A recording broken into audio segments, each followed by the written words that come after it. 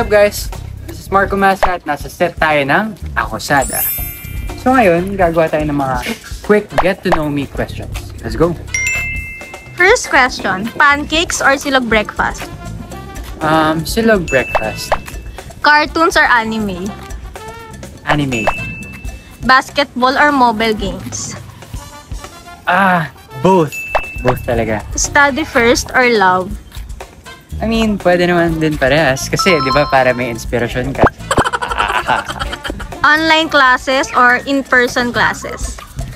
In-person classes. Kasi mas may natututunan ako. Pero, pag inaantok ako, online class.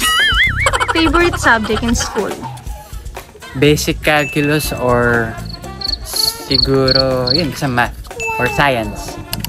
Sinigang na baboy or tahong? Sinigang na baboy.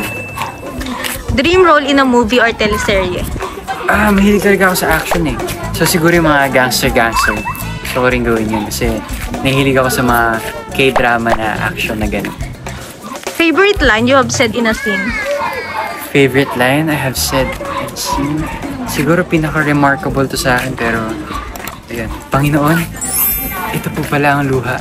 Who's your ultimate idol or role model? Dad ko talaga. Idol ko talaga yung dad ko.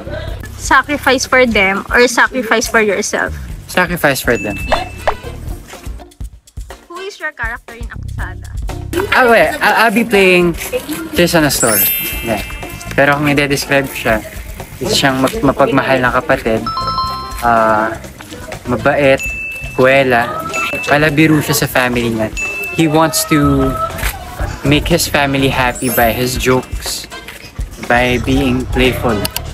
Thank you guys at ayan na ang quick get to know me questions dito sa set ng Akusada. Once again, this is Marco Masa. Maraming salamat!